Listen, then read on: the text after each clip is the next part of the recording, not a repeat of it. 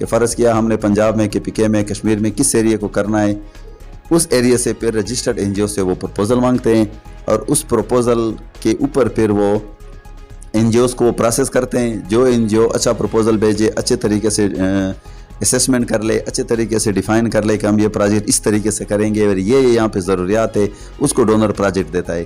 بات رہ گئی آڈٹ کی کہ اس کا آڈٹ کون کرتا ہے. NGOs کے 2 آڈٹ ہوتے ہیں، ایک کو ہم کہتے ہیں ایکسٹرنل، ایک کو کہتے ہیں انٹرنل.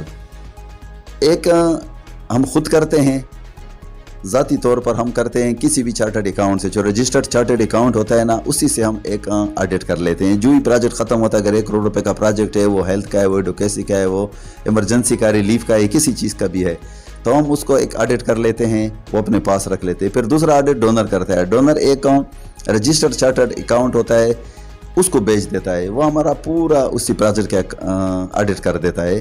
تو یہ 2 آڈٹ ہوتے ہیں جو کیے جاتے ہیں. باقی جو مانیٹرنگ ہوتی ہے وہ سوشل ویلفیئر بھی کر لیتا ہے.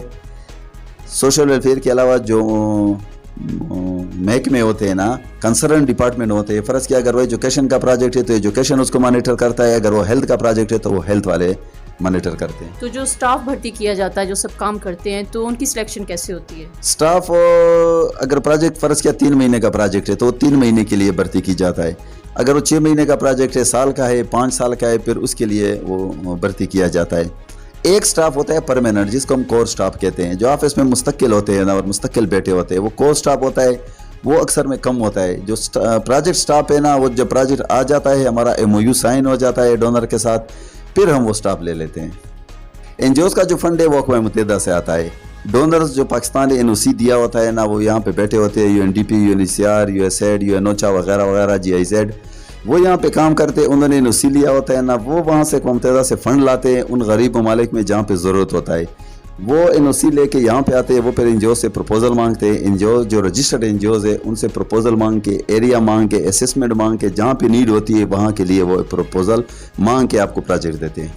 ڈونرز جو باہر سے آتے ہیں، اوورسیز ڈونرز جو ہوتے ہیں، یہ کس بنیاد پر پاکستان آتے ہیں اور کس طرح سے یہ NGOs کے ساتھ کام کرتے ہیں؟ اس کے علاوہ یہ بتائیں کہ جو ریسکیو آپریشنز ہوتے ہیں اور ایمرجنسیز نافذ ہو جاتی ہیں، اللہ نہ کرے کوئی زلزلہ آ گیا، سیلاب آ گیا، تو اس میں یہ NGOs کس طرح سے کام کرتی ہیں؟ ہاں، یہ جو ڈونرز آتے ہیں، جس طرح UNDP ہے، UNHCR ہے، GIZ ہے، USAID وغیرہ، جو بھی ڈونرز باہر آتے ہیں، وہ پراپر NOC لیتے ہیں حکومت پاکستان سے، اور ان کو اجازت اقوام متحدہ سے ہوتا ہے. اقوام متحدہ میں ہر ملک اپنا ریکویسٹ بھیجتا ہے کہ ہمارے ملک میں یہ کمی ہے، اس چیز پہ کام کرنا ہے، تو آپ ہماری مدد کریں. تو اقوام متحدہ ان کے جنیوا میں آفیسز ہے، وہاں سے باقاعدہ یہ منظوری ہوتی ہے کہ فلانے ڈونر اتنے عرصے کے لیے اور اتنا فنڈ لے کے اس ملک میں جائے اور اس کے رجسٹرڈ NGOs کو یہ فنڈ دے اور اس سیکٹر پہ وہاں پہ کام کیا جائے. رہ گئی ایمرجنسی کی بات، جس طرح فلڈ آتا ہے پاکستان میں، اس وقت یہ سارے ڈونر ایکٹیو ہو جاتے ہیں. حکومت پاکستان ریکویسٹ کر دیتا ہے اقوام متحدہ کو، جس طرح بھی شہباز شریف نے ریکویسٹ کیا تھا اقوام متحدہ کو، تو اس کے جو جنرل سیکرٹری ہے انہوں نے باقاعدہ پریس کانفرنس کیا اقوام متحدہ میں کہ پاکستان کی مدد کرو. تو اس میں سے ملک بھی مدد کر لیتے ہیں اور NGOs بھی فوراً ایکٹیو ہو جاتے ہیں اور پاکستان میں ریسکیو آپریشن شروع کر دیتے ہیں. وہ ایمرجنسی بنیاد پہ ہوتا ہے. اس فنڈ کو کہتے ہیں ERF، emergency response fund. Emergency response fund جو ہوتا ہے وہ فوراً ایکٹیو ہو جاتا ہے، وہ سب ڈونر کے پاس ہوتا ہے نا. تو وہ جو ایریا ہوتا ہے نا، وہ حکومت کی ریکویسٹ پہ ہی ڈونر آتا ہے اور حکومت کی ریکویسٹ پہ ہی NGO وہاں پہنچ جاتے ہیں اور کام شروع کر دیتے ہیں. ریسکیو آپریشنز کے حوالے سے مجھے بتائیں کہ کیونکہ آپ کی ویلفیئر جو ہے کام کرتی ہے، تو کبھی اس طرح سے ہوا، آپ کے 37 سال کے ایکسپیرینس سے آپ کچھ شیئر کریں گے، کبھی کوئی مشکلات کا سامنا کرنا پڑا گورنمنٹ کی طرف سے یا ریسکیو آپریشنز میں کوئی ایسی دشواری پیش آئی؟ ہاں، 37 سال کا تو بہت بڑا عرصہ گزرا ہے. اس میں بہت نشے و فراز میں نے دیکھے NGO سیکٹر میں، لیکن الحمدللہ کہ ہمارے میں مسائل ہر جگہ پہ آئے ہیں. گورنمنٹ کی طرف سے بھی آئے ہیں اور ذاتی طور پہ بھی مسائل آئے ہیں، کمیونٹی کی طرف سے بھی آئے ہیں. کچھ ایسے ایریاز تھے کہ جہاں پہ دہشت گردی کا خطرہ بھی ہوا کرتا تھا، اس کو بھی ہم نے فیس کیا. الحمدللہ ہم نے، اللہ نے ہمارا ساتھ دیا، ہمیں سرخرو ہوئے اس کام میں. میں ایک واقعہ آپ کے ساتھ شیئر کروں گا ذاتی طور پر. 2010 کا سیلاب جب آیا تو میں ڈیرہ اسماعیل خان میں تھا، تو مجھے رات 11 بجے اطلاع ملی کہ بہت بڑا سیلاب آ رہا ہے اور شورکوٹ کا ایریا ہے، اس کو ہٹ کر رہا ہے. تو 12 بجے ہم وہاں پہنچے. جب پیچھے ہم گئے 10-15-20 کلومیٹر پیچھے، تو بہت بڑا سیلاب آ رہا تھا. پھر ہم آئے، ہم نے لوگوں کو جگانا شروع کیا. ایک دروازے کٹکھٹاتے تھے، لوگ سوئے ہوئے تھے. اس کو اٹھا کے گاڑیوں میں، ایمبولینسوں میں ڈال کے ہم قریب مدرسہ تھا نا اس میں لے کے جاتے تھے. ہم نے ڈی سی کو جگانے کی کوشش کی ہے لیکن وہ لوگ نہیں آئے. ہم نے پولیس کو کوشش کی ہے لیکن وہ لوگ نہیں آئے. گورنمنٹ کو جگانے کی ہم نے بڑی کوشش کی ہے, بندے بھیجے لیکن وہ نہیں آئے. تو وہ پورا جو ایریا تھا تقریباً کوئی 10,000 لوگ تھے وہاں پہ اس بستی میں, جو تقریباً دن کو 11 بجے تک وہ سارا ملیامیٹ ہو چکا تھا. لیکن رات ہم نے 4 بجے تک ان لوگوں کو سارا نکال دیا, وہاں سے سارا نکالا. پھر دن کو کچھ لوگ اس گھروں میں رہ گئے تھے. جب رہ گئے تھے تو ہمیں بتایا گیا کہ ان گھروں میں تو کچھ لوگ رہ گئے ہیں اندر, چاروں طرف پانی ہے, گھر گر رہے تھے, کچے گھر تھے. وہ جو پانی اس میں آ رہا تھا نا تو وہ دیواریں خود بخود گرتی تھی. تو ہم نے اس کے لیے ریسکیو آپریشن کیا. ریسکیو آپریشن میں ہم 7 کا گروپ تھے اور ہمارے ایک دوسرے کو رسے سے پکڑا ہوا تھا نا, باندھے ہوئے تھے. تو ہمیں گھر میں ہم گھسے, گھر سے جا رہے تھے. انہوں نے کہا کہ مسجد میں کچھ لوگوں نے پناہ لیا ہوا ہے. تو اس گھر کے اندر ایک بہت بڑا کنواں تھا جو ہمیں پتہ نہیں تھا. میں اس کنویں میں گر گیا ہوں. جب میں اس کنویں میں گرا ہوں تو کنویں میں چلا گیا ہوں, تقریباً 10-12 فٹ نیچے گیا ہوں. تو اس کنویں میں ایک ڈرم گرا تھا جو پھنسا ہوا تھا, بڑا سخت قسم کا پھنسا تھا. اس ڈرم میں گرا تو میں رک گیا ہوں وہاں. جب میں رک گیا ہوں تو میں نے ہاتھ اوپر کیا, میں نے آواز دیا بھائی کو کہ بھائی کھینچو, مجھے کھینچو اوپر. تو انہوں نے رسا کھینچا اور شکر ہے وہ رسا نہیں ٹوٹا, ورنہ وہ ڈرم بھی شاید چلا جاتا. انہوں نے مجھے کھینچا اور میری یہ ٹانگ زخمی ہو گئی تھی. اسی پہ پھر مجھے لایا تھا ڈاکٹر راشد کے پاس, ادھر شیخ یوسف اڈا ہے. پھر اس نے مجھے ٹانکے مانگ کے لگائے, مجھے اس کی وہ کیے. پھر اس نے میرے اوپر ایک کالم لکھا تھا جو وقت میں بھی موجود ہے. وہ ڈیٹ تو مجھے یاد نہیں آ رہا, 2010 کا ہے. اس نے بہت بڑا کالم میرے اوپر لکھا تھا اور یہ لکھا تھا کہ آج میں نے انجوز کو دیکھا کہ انجوز کام کیسے کر رہے ہیں. آج میں نے خود بذات خود اپنی آنکھوں سے دیکھا کہ جان پر کھیل کر یہ لوگ کام کرتے ہیں. اس نے نوے وقت میں لکھا ہے, وہ لکھا تھا نا, بہت بڑا مضمون اس پہ آیا ہوا تھا اور میرے نام سے انہوں نے لکھا ہوا تھا.